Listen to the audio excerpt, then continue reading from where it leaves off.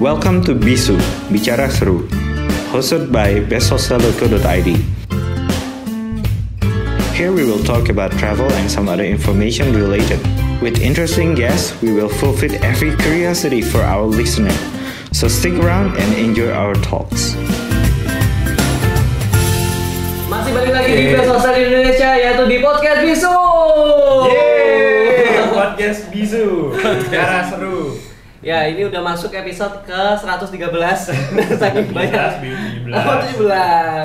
Kita masih podcast ke-17 dan masih banyak banget antri nih para tamu-tamu, udah mulai banyak Kedepannya yang ya. Ya, kedepannya. Kali ini kita rada setting yang sedikit Yoi, berbeda ya kita daripada podcast yang sebelumnya. kemarin. Jadi biar ada tampilan berbeda, mungkin kita nanti next mau ke gunung atau Langsung kemana ke tempatnya ya, gitu ke tempatnya ya. siapa tahu ya. Ya siapa tahu. Oke, kita kedatangan tamu spesial dari salah satu milik hostel. Ya, pemilik hostel yang suka party banget nih. Ya. Party, Dia party, di Bali. dia suka minum kayak premium pertalite kayak gitu. Langsung perkenalkan aja Pak Gerindra dari Da Hostel Kuta. Ya, saya Girindra dari Da Hostel. Saya kebetulan megang Da Hostel dan juga ada salah satu tempat surfing di Kuta namanya Oke. The Waves. Terus ya saya mulai Da Hostel tuh awalnya tahun 2018 karena waktu itu awalnya saya ambil hostel ketika mereka memang posisinya sedang kayak nggak terlalu baik secara keuangan. Akhirnya manajernya waktu itu yang mengelola menyerah akhirnya, dan waktu itu saya memang itu memang kebetulan ya, jadi memang pas waktu tahun baru itu saya main ke Bali, kami nginap biasalah di hotel karena memang saya nggak tahu hostel itu apa sih. Terus saya ketemu salah satu teman saya gitu, dan dia stay di situ. Saya datang dan konsepnya ternyata hostel begini nih kayak gitu. Terus sharing ya kan, kami mulai ngobrol, ternyata kehidupan hostel itu menarik sebenarnya kan, karena waktu itu saya hampir setiap tahun tuh saya ke Bali kan. Iya. Dan di hotel tuh kan tapi boring ya. Ya maksudnya ya bed bagus ya gitu, swimming pool. Nyaman sih nyaman ya. Ya senyaman-nyamannya gimana sih, ya udahlah begitu gitu. Yap. Cuman kan kadang kita tuh kan karena sebelumnya saya kerja di Jakarta dari tahun 2011 dan itu sangat stressful. Jadi kayak tiap tahun tuh kayak pengen refreshing gitu, cari teman baru. Nah, tapi setiap stay di hotel nggak ada orang yang mau diajak ngomong kan. Benar juga. Ada resepsionis sama satpam. Itulah teman saya, satpam dan resepsionis. Itu kenapa saya punya satu hotel langganan tuh di daerah Seminyak, karena satpamnya baik. Oke. Jadi setiap tahun saya Bapak yang waktu itu ya. Terus akhirnya saya ketemu hostel ini, terus dengan nama yang sama. Terus saya ketemu dengan beberapa orang di sana akhirnya, dan kami ngobrol asik. Akhirnya waktunya pulang pun jadi kami undur waktu itu. Jadi kayak oke lah, kita stay semalam lagi lah, kita rasain nih gimana sih kehidupan di hostel. Akhirnya kami stay di sana. Saya suka keakrabannya waktu itu. Teman saya bahkan satunya nggak mau pulang lagi. Itu dari awal kita stay di hostel gitu ya kan. Ya bukan hanya harganya murah tapi juga lifestyle-nya gitu. Yang saya ngerasa ini sebenarnya yang saya cari dari dulu. Yang mana waktu itu juga nggak banyak teman-teman yang ngasih referensi tempat seperti ini gitu, nggak banyak orang-orang Indonesia yang tahu tempat kayak gini. Dan waktu saya stay di sana, I can say cuman saya ya yang tamu orang Indonesia ya. Jadi waktu itu terus karena terus habis itu akhirnya setelah kami pulang ke Jakarta dengan perasaan yang masih campur aduk karena masih kok kayaknya di hostel nih kok masih vibes-nya masih Bali ya. Dengan kejenuhan kantor yang masih kayak gitu. Ya saya dulu kerja di salah satu stasiun TV swasta yang itu emang stres banget ya, maksudnya emang dengan rutinitas yang udah 6,5 tahun. Stasiun TV kan mereka kayak kerja tayang 24 jam. Ya 24 jam, Sabtu Minggu kadang nggak bisa libur kayak gitu. Terus ya itu memang melelahkan, dan setelah merasakan angin Bali dan especially kehidupan hostel dan party, jadi kayak malas kerja nih. Kayak gitu. Akhirnya karena saya berhubungan baik dengan si teman saya yang waktu itu kerja di situ. Traveler berarti ya? Waktu itu saya datang sebagai traveler. Temennya juga traveler? Teman saya jadi staff situ akhirnya. Awalnya dia dulu juga magang traveling, terus akhirnya netap di Orang situ. mana, Mas? Dia keturunan Makassar, terus di Salatiga sama di Salatiga, terus sekarang di Belanda dia. Akhirnya menikah dengan orang Belanda, ketemu di hostel juga. Salah satu keuntungan untuk jadi karyawan hostel ya. Jadi salah satu tips kalau teman-teman pengen dapat pasangan bule harus jadi hostel. Kerja di hostel pasti dapat pasangan. Saya bilang 100% loh. Oke. Gitu. Tapi kalau betul namanya The Hostel. Hostel itu emang dari dulu ya. Dari Dulu awalnya sih jadi memang The Hostelnya bergonta-ganti kepemilikan ya. Awalnya dulu namanya Grenis. Oke. Terus sempat ganti kepemilikan lagi jadi The Hostel. Terus ganti kepemilikan lagi, The Hostel lagi, ganti pemilikan lagi, The Hostel lagi. Terus mereka udah benar-benar di tahun yang ke-7 ya waktu itu, mereka udah benar-benar berat. Bangunan udah maintenance sudah rusak semua, maintenance-nya nggak terawat segala macam. Pas saya pertama datang tuh bed bugs di semua ruangan dan saya nggak tahu waktu itu bed bugs itu apa. Kita kan nggak pernah ya masih tahu apa sih bed bugs gitu. Dan kita waktu datang tuh benar-benar keadaan mengerikan lah.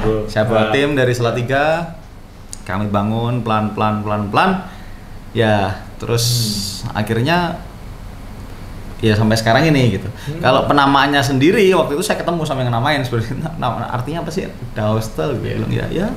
Cuman karena waktu itu kan lagi musim yang kayak dia tuh kayak cuman kayak The Hostels gitu aja sebenarnya. Cuman waktu itu nggak tahu tuh gaya penulisan waktu itu kenapa kayak hostel gitu kan. Karena host kan dia bikin kayak permainan kata, jadi kayak hostel jadi hostel, jadi kayak host kayak home gitu loh. Sebenarnya mereka pengennya tuh kayak bikin host kayak rumahmu sendiri, kayak feels like home kayak gitu. Oke. Waktu itu sebenarnya kayak kalau nggak salah seperti itu waktu aku ketemu yang karena dia main ke tempatku juga waktu itu. Orang mana?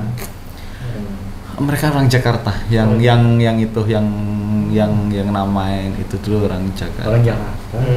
Yang awal dulu yang bukan orang Norway, kolaborasi sama orang Indonesia, terus orang Jakarta, terus orang Jakarta lagi, terus orang Bandung sama pasangannya orang Wales. Terus ya terakhir saya ini yang paling lama. Berapa kali berganti kepemilikan berarti ya? Iya, 4, 5. Memang gampang-gampang susah hostel itu, jadi nggak selancar yang orang pikirkan. Oh hostel party, bule cuan enggak. Gitu kan. Karena persaingan di Kuta, terutama di Kuta dan di Bali terutama hostel sendiri tuh sejak tahun 2015-16 mereka memang gencar banget, banyak banget. Dulu cuma ada 4 hostel di Kuta, cuma ada Bed Bunker, Captain Goose ya kan. Terus The Hostel sama satu lagi aku lupa udah bankrupt juga mereka. Sekarang Captain Goose udah bankrupt juga, terus Bed Bunker bankrupt juga. Dari 4 awal ini cuma tinggal The Hostel yang masih bertahan sampai sekarang. Karena emang bisnis hostel memang ya ada. Kalau Kayun itu juga baru ya, Kayun sama Kayun ya. Iya, Mbak Tuti Kayun ya kalau Mbak Tuti. Masih ya? Masih.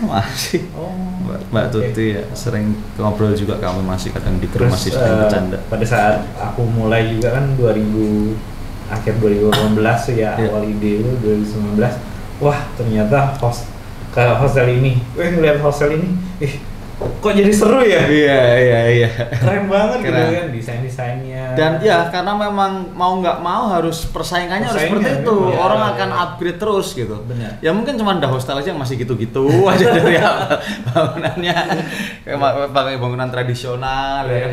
Kadang ya unik banget sih. Ya, terutama di Bali emang hostel kan sekitar kalau nggak salah ya sekitar 400 lebih lah untuk total hostel yang ada di Bali. Dan mereka pun pasti punya selling unit sendiri-sendiri hostel. Betul. Bahkan ada beberapa mereka customer untuk balik lagi ke hostel karena buat ngerasain hype-nya di hostel itu. Betul. Tapi kalau tahu dari hostel ini yang paling menarik, yang paling banyak orang datang atau unique selling point-nya apa deh? Kalau sejauh ini sih, kalau dari review yang baca, it's not just about party, tapi kayak more about family. Jadi kayak kalau kami tuh memang sebenarnya bisnis tuh kayak kami pikir tuh nomor 2. Jadi memang yang pertama ketika orang datang itu memang kami coba rangkul mereka as a family kayak gitu. Kekerabatan gitu. As a guest. As a family ya. Sandi Uno ya. Sandiaga Uno mungkin benar ya. Ya itu Mantap. tuh. Ya, itu dah. Memang harus seperti itu. Iya, Gitu. dan banyak gitu orang yang datang balik lagi karena itu gitu kah, karena Iya. nyari saya, karena nyari staff saya kayak gitu, karena mereka punya kedekatan emosional yang more than apa namanya, As a guest, ya as a family. guest, tapi kayak bener-bener kayak family. Ya itu cuman sebenarnya itu hanya kenapa itu masih saya jaga ya karena itu yang saya inginkan sejak pertama kali saya datang ke The Hostel. Iya. Jadi Ya, kan karena itu emang yang pertamanya karena dari- keluarga itu. Iya, karena makanya tetap saya ingin nikmatin suasana situ yang ya santai. Yang sekarang lebih digenjot lagi rasa kekeluargaan. Kadang saya bawa ke Salatiga, Wah. ber-5-6 orang for free ya. Kemarin tuh sempat kemana itu jalan-jalan? Kami jalan-jalan ke rame tuh. Kami jalan-jalan itu tamu semua itu. Oke. Wow. Berapa berarti dari sini Pelombongan ber-9, ber-8, 9. Wah. Terus kami ke salah satu air terjun di Salatiga. Road trip. Dan kami putar-muter Salatiga. Beberapa road trip, saya road trip, beberapa naik pesawat, beberapa ketemu di sana kayak gitu. Jadi emang hal-hal kayak gitu. Yang itu tidak kami hitung secara dengan perhitungan ekonomis gitu. Jadi kayak Benar. flight ticket saya bayar sendiri, Iya. pulang ke rumah saya, bahkan beberapa tamu saya nginepin di rumah for free gitu. Dan Mama saya mereka masak. tambah seneng kalau udah gitu ya. Ya karena ya Experience-nya Ya, yang ya. didapat. Jadi saya selalu bilang Bali is beautiful, tapi Bali ini tourism place. Iya. Ayo kita coba ke tempat di luar Bali yang Luar not Bali. yang nggak tourism gitu. Iya. Ya salah satunya Salatiga kan kayak masih natural, nggak ada Iya, iya. foreigner, nggak banyak foreigner di sana. Jadi kayak ya ini this is the Dan real life. juga banyak juga yang nyari-nyari experience seperti ini. Iya kan? Sebetulnya iya, karena kayak gini deh, misalkan orang nggak tertarik sama Kuta gitu sekarang misalkan. Ya sorry, tapi to be objektif, orang Kuta sudah terlalu bising untuk backpacker yang pengen sawah, pengen pantai yang apa namanya nggak banyak orang. Mungkin sekarang Kuta udah terlalu bisnis. Yang tenang deh vibes-nya ya. Ya, pembangunannya udah terlalu ya, udah terlalu party. People sick of that gitu. Iya. Dan ya ketika mereka datang ke hostel mereka bilang gitu, aku datang ke sini bukan karena datang ke Kuta, tapi karena datang ke The Hostel yang kebetulan ada di Kuta gitu. Karena kita kita approach mereka tuh cultural experiences. Jadi kayak lebih ke hal-hal yang sifatnya ini loh kehidupan di Indonesia, ini loh orang Indonesia, Benar. bagaimana kami hidup gitu. Jadi itu kenapa kalau misalkan hostel-hostel lain dengan investor-investor yang baru dengan uang-uang segar mereka bangun hostel gila-gilaan kayak hotel bintang 3. Kalau kamu milih yang penting ada bed yang tidur, nggak pegel, ada kelambu yang lindungin dari nyamuk, nggak ada bed bugs, udah selebihnya I will give you Indonesian life. Iya. You datang dari jauh-jauh dari luar negeri datang ke Indonesia terus you kasih Western life. What Ini. for? Iya. Gitu sih. Kasihlah Indonesian life. Kalau mereka komplain, why it's like kenapa makanannya kayak gitu? This what we eat in Indonesia. Kalau kamu mau makanan Eropa, ya kamu makan di Eropa. Iya, ini Kamu makan di sama negara. yang dibicarakan di podcast sebelumnya sama Mas Denny ya, salah ya. Mas Denny emang ada beberapa teman-temannya itu mereka datang dari luar negeri ke Indonesia. Dia pengen nyoba makanan yang emang makanan ya kayak nasi jinggo, nasi Iya. bukan yang mereka hype-nya kayak apa lah brunch tiap pagi Ya, pokoknya makan ya, roti, pasta, ya kan? Mereka nggak mau malah kayak gitu, dia mau ngejarnya Orang Prancis kita kasih croissant, mending mereka beli makan di negaranya. Bahkan yang temennya si Mas Denny sendiri kan dia mau ke warung ikut juga ke warung. Ya. What do you want to eat gitu kan kata Mas Denny dia. Same as you. Ya. Beneran gitu. Iya, kan? iya. And I think that is very nice, you know. Maksudnya kita ke negara orang, it's not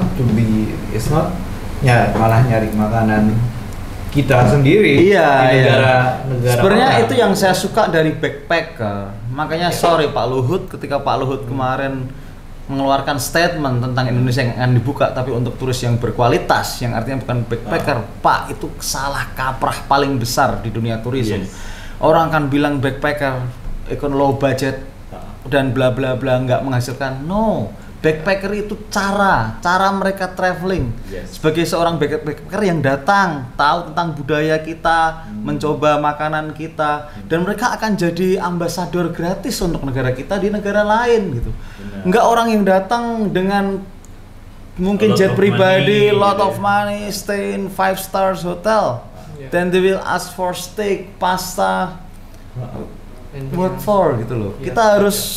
Kita tuh harus memperkenalkan budaya kita, yang mana yang perilaku seperti itu yang khas banget itu adalah para backpacker. Jadi kalau Bapak membicarakan itu membandingkan antara ekonomi dan perilaku itu nggak apple to apple. Yang Bapak bicarakan kemampuan ekonomi, nggak semua backpacker nggak punya uang. At least mereka bisa traveling 2 tahun kok tanpa bekerja.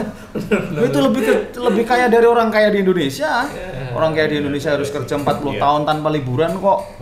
Dan mereka bisa liburan 2 bulan menikmati hidup tanpa pekerjaan. Menamakan dirinya seorang backpacker adalah dirinya sendiri. Dirinya sendiri, bukan gitu. Bukan uang. Betul. It's not money ya. Karena ini adalah cara traveling. Cara traveling gitu. So it's not about the money or kayak kualitasnya sebenarnya. Ya itu statement yang terlalu prematur, yang untuk orang sekelas negarawan seperti Pak Luhut atau siapapun yang ada di sana itu ngawur. Mereka nggak punya pandangan tentang itu. Artinya apa? Artinya orang-orang di bawah mereka nggak melakukan riset. Mereka nggak punya benar-benar orang yang pernah mendalami pariwisata khususnya international tourism di titik grassroots gitu. Karena memang backpacker mereka mainnya di grassroots. Rental motor, warung, nasi jinggo, iya kan? Benar. Ya kan, mereka nggak makan di restoran-restoran bintang 5. Kalau mereka memang mau support Bali ekonomi Bali, ya harusnya mereka support pedagang-pedagang kecil seperti yang dilakukan backpacker, bukan makan di restoran-restoran mewah bintang 5 yang mana uangnya juga uang asing, yang punya juga foreigner. Ya memang punya foreigner. Itulah kenapa saya suka banget sama base hostel dan saya stay di jalur ini backpacker. Karena adalah cultural experience. Iya. Apalagi culture-nya emang Indonesia kan orangnya ramah-ramah. Dia akan welcome banget sama. Nah, itu kayak gitu. Yang saya lihat juga kan, maksudnya kalau di luar negeri kan sangat beda sekali ya, maksudnya dari individualismenya banget ya. Iya, terasa banget. Kita nginep di hostel yang $6 sama $8 gitu, even ya masih individual. Terus juga kalau di Indonesia sendiri $6 sampai $8 itu it worth a lot, you know. Kalau dulu aku di Australia dengan $8 itu aku harus bawa bantalku sendiri, bedsheetku aku itu sendiri, terus selimut gitu. Nah ini tuh kayak di Indonesia justru sangat amat welcoming, amat affordable, dan juga setelah itu kita bisa jadi keluarga. Itu yang aku pengen ciptakan budayanya di Indonesia. Ya itu memang kalau di tempat kamu kalau ada tamu komplain mau sorry tapi emang ini lebih self service ya, jadi kayak ya sorry kami ini lagi sibuk minum sama main gitar nih, yuk cari sendiri deh bednya di atas, terus spraynya kadang di titik itu, jadi dan mereka udah ya udahlah gitu. Emang ada orang yang kayak yang nyebelin tuh emang tamu yang gini nih, jadi kayak mereka nggak punya pandangan soal sebenarnya di hostel itu seperti apa kayak gitu. Orang yang udah baca review, mereka pasti akan bisa memutuskan mereka akan stay atau enggak. Karena orang hanya 2 bilangnya, kamu suka banget atau kamu nggak suka banget. Orang yang datang dengan mindset bintang 4, bintang 5 ya, mereka akan datang dan act like a king gitu. Mereka akan bilang, aku udah bayar, kamu harus layanin ini tuh. Dan kamu harus bilang, man sorry, I don't even need your money gitu. It's not about money. Kita kehilangan $7, $8 semalam, apa sih gitu loh. Maksudnya, cuman it's ya kita tuh di sini memang equal gitu. Jadi kayak kamu stay di tempatku, ya you bantu aku bayar listrik lah, ibaratnya kayak gitu. Cuman jangan berekspektasi kayak bosi gitu. Makanya orang yang suka akan suka sekali karena kayak mereka menemukan home far away from home. Tapi buat orang yang nggak suka, dan itu kenapa kadang kalau ketemu orang Indonesia tuh saya tanyain dulu, pernah tinggal di hostel? Karena aku takutnya orang Indonesia tuh kan sebelum ada base hostelnya apalagi ini kan ekspektasinya masih kan belum atau memahami konsep itu. Iya, makanya. Tapi kebanyakan orang Indonesia atau orang bule sih Pak? Yang di sana. 95% Orang bule ya. orang Indonesia 1-2. Tapi sekarang lumayan nih, ketemu orang, beberapa orang pernah tinggal di hostel. Pernah. Berarti artinya sekarang tren backpacker nih Indonesia nih, mindset backpackernya nih udah mulai. Berita bagus ya ini. Iya. Sebenarnya ya, itu kenapa waktu Mas Adit pertama kali, base hostel, wah hebat ini. Ya. Itu emang bagus gitu dan ya itu jadi sebenarnya every startup needs to come from a problem ya. Problem yang saya angkat di sini kan bagaimana cara introduce properti seperti ini, especially pandemi ini kan harusnya jadi pelajaran bagi para bisnis semua pebisnis in hotel industry, especially in hospitality, bahwa kita harus punya kerentanan untuk para pengunjung dari luar. Domestik ini nomor 1 sekarang. Iya. Harus begitu kan. Indonesia harus punya platform sendiri. Betul. Jadi tidak melulu apa yang disuguhkan luar negeri untuk kita itu kita selalu bergantung sama itu. Betul. Sekarang border ditutup. Iya. Kita mau jadi apa? Iya, betul. Kita harus punya platform sendiri yang memang kekinian bagi anak-anak millennials dan juga masyarakat kita sendiri. Betul. Dan juga support ekonomi. Betul, support ekonomi lokal. Ya, dengan metode misionaris ya. Jadi memperkenalkan ini loh kehidupan hostel kayak gitu. Ya, memang bagus sih itu. Insya Allah ya. Semoga ya berkembang bersama ya kan. Iya. Kalau pasar kita lagi berusaha mencoba buat mengenalkan solo travel itu nggak setakut zaman-zaman betul. Kita mencoba pelan-pelan memahami kalau solo travel itu bakal seru banget. Ya. Solo and single. Iya. Solo and single. Salah satunya kan manfaat nih dewasa kan siapa tahu dapat jodoh. Betul. Ada yang siapa tahu dapat jodoh, ada juga yang putus juga ada ya kan. Barang traveling ya kan. Sampai hostel putus, pacar masing-masing itu juga ada. Jadi ada. Boleh diceritain sedikit tentang pengalaman selama jadi owner, ada yang kejadian batas. Kalau kenapa harus kejadian ini diterima di hostel aku nih kayak gitu. Saya tuh sampai bikin di hostel tuh logonya kalau kamu pernah tahu ya. Maksudnya udah tahu nih. Itu saya cuma bilang bahwa bedanya kami nggak ngerekam itu aja. Tapi apa yang ada di dalam itu aku bilang exactly the same gitu. Jadi makanya emang ya bagi yang tahu aja. Karena emang pengalaman seperti itu, makanya itu hebatnya kehidupan hostel adalah hostel will give you something new experience yang that you will never expect before. Berarti kayak gitu. Jadi pengalaman tanpa batas. Iya kayak wow kayak gitu loh, kayak yang wah kalau diceritain ya mungkin salah satunya adalah itu ya. Jadi emang dapat pacar kayak gitu. Ada dulu malah yang gini karena waktu itu. Jadi kadang orang datang check in check out karena kan memang di tempat kami target kami adalah orang yang baru turun dari pesawat atau mau naik pesawat. Oh, lokasinya dekat dengan bandara. Iya, kayak 8 km ya, kayak cuman 10 menit kan. Jadi memang waktu itu pernah ada pasangan yang datang, terus mereka ketemu di hostel, terus mereka menghabiskan semalam 2 malam aku lupa. Tapi terus di pagi-pagi hari karena mungkin si cowok ini masih mabuk, akhirnya si cewek ini harus pergi ke Gili kalau nggak salah waktu itu. Terus entah gimana kami nggak bisa kontak si cewek juga nggak bisa kontak si cowok. Tapi berdua ini kelihatannya ada sesuatu yang belum selesai gitu. Ya terus akhirnya dengan keterbatasan komunikasi waktu itu si cowok pergi pulang, si cewek baru datang dari Gili. Wow. Nah, tapi sebelum pergi si cowok ini meninggalkan surat kalau nggak salah waktu itu. Surat. Iya, waktu itu meninggalkan surat. Karena memang waktu kalau nggak salah emang belum ini deh, entah gimana tapi emang kita nggak dapat kontak gitu loh. Apa kita terlalu asik minum main gitar party apa jadi kayak. Nah, terus akhirnya si cewek datang, surat yang dititipin ini kasih, dia baca, akhirnya mereka bisa kontak lagi. Dan akhirnya jadian dan akhirnya menikah. Menikah. Such a great story, man. Itu salah satu cerita yang paling manis yang saya pernah yang pernah ini ya aku ini di Australia. Masih punya kontaknya nggak? Kita perlu kapan-kapan ya kalau orangnya ke Indonesia ya.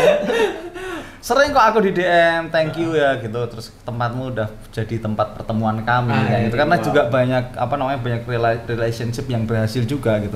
Aku pernah punya, aku nggak mau bilang staff ya, cuman support systemku ya, karena aku nggak mau bilang staff gitu. Itulah. Ya itu, jadi memang ya akhirnya mereka sekarang menemukan jalan kayak, dan mereka selalu kalau ke Bali masih nginepnya di Dao Style gitu, yang mereka nggak bisa lepas dari itu, walaupun mereka sekarang satu dari Belanda, satu di Switzerland kayak gitu. Mungkin ini satu besok mau ke Kanada kayak gitu. Nah itu deh kayaknya tinggal ownernya aja ya nih ya. Nah, itu yang nggak boleh. Kalau saya ikut pergi siapa nanti? Itu yang kita harus benar-benar bisa kalau maintain kayak gitu. Ya itu ibaratnya salah satu cerita yang menarik. Banyak banget ya pengalamannya ya. Banyak pengalaman, makanya ketika Pak Luhut, maaf Pak Luhut, tapi ketika Pak Luhut mengatakan itu jujur itu sangat menyakiti untuk orang-orang yang memang mencintai ya. Maksudnya budaya ini bukan hanya kayak bukan kayak semacam high culture yang harus tari-tarian. Enggak, tapi attitude masyarakat, perilaku masyarakat itu juga part of culture ya, gitu. Adapting into a new culture. Ya, adapting mau nggak mau. Dan akhirnya nanti bisa jadi pop culture gitu. Kultur yang baru, kultur pop, kultur kekinian kalau anak-anak zaman sekarang bilang.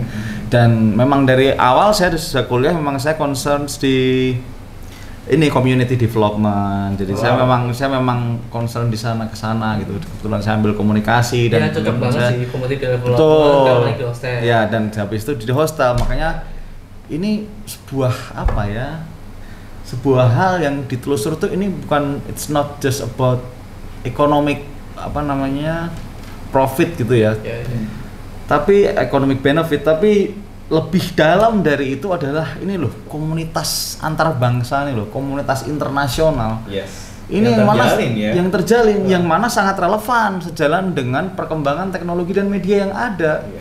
Jadi supaya mindset globalisasi ya sebenarnya seperti ini. Yuk nggak cuman baca di internet, tapi yuk ketemu orangnya. Orang Jerman yang katanya gini, ketika you ketemu orang Jerman kayak apa sih gitu. Ya sebenarnya nggak perlu repot-repot juga ke luar negeri. Akhirnya kan tinggallah di hostel. Dan kalian bisa belajar banyak soal itu. Udah tuh lupakan tuh AC yang dinginnya kayak kutub utara atau kolam renang yang gedenya Danau Toba itu atau kasur King Coil yang udah tuh lupakan. Coba tinggal di hostel, perkenalkanlah kehidupan orang Indonesia itu seperti apa, keramahan orang Indonesia seperti apa. Karena mereka ini di negaranya dingin, bukan hanya dingin secara cuacanya. Orang-orangnya masyarakat industrial itu juga dingin. Dan ketika mereka datang, mereka berekspektasi hati yang hangat, pelukan yang hangat. Itulah yang kita miliki sebagai orang Indonesia. Dari zaman dulu kita terkenal bahwa kita ini orang yang ramah, ya kan? Kayak Mas bilang tadi, orang yang welcome. Itulah yang kita perkenalkan. Dan nanti di situ akan terjalin komunitas internasional. Jadi jangan adigang bilang wah backpacker tidak memberikan keuntungan. Pak, please riset Pak.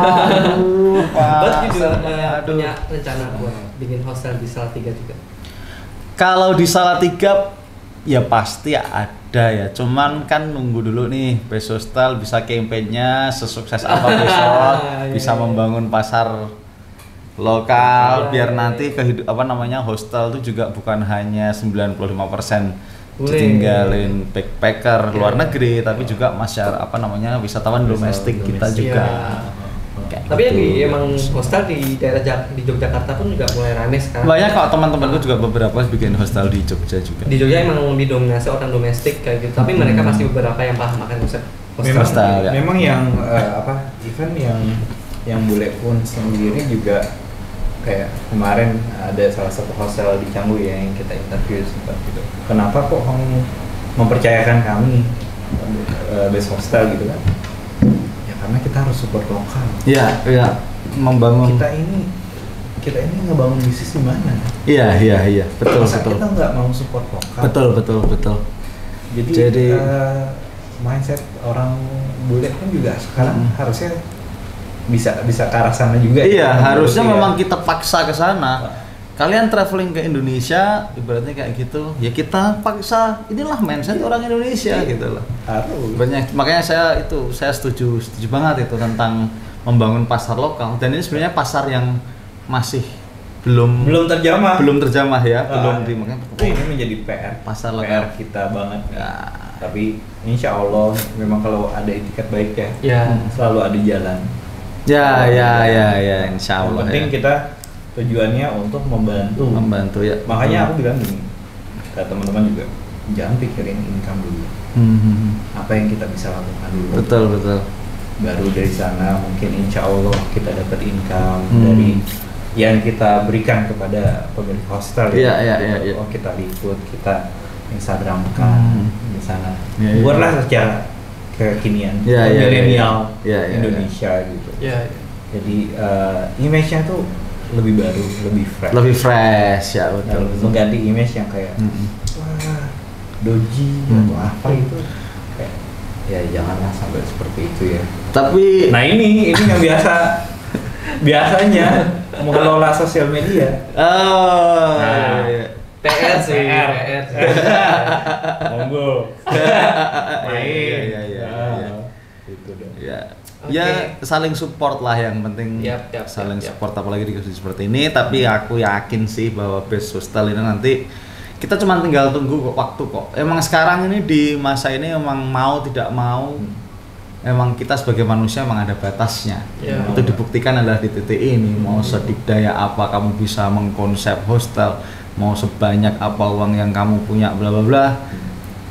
Kalau emang universe sudah bilang tiarap semua, ya akhirnya kita tiarap. Tapi pasti aku yakin kayak yang tadi bahwa siapapun nanti yang bisa lolos nih ujian kali ini, saya yakin khususnya B Hostel pasti bisa. Amin ya rabbal alamin. Dan kita doanya. Dan pasti akan kita bantu kan campaign ini pakai B Hostel ini. Oke, itu cukup.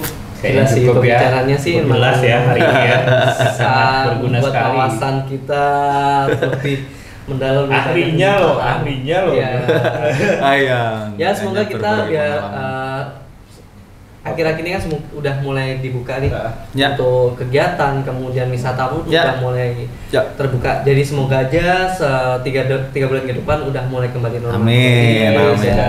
Kita bisa rame seperti dahulu kala, termasuk kita bisa dapat jodoh nanti di hostel.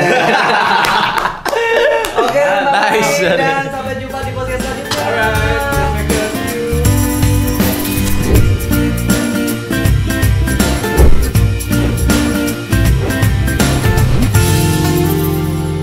Hostels.co.id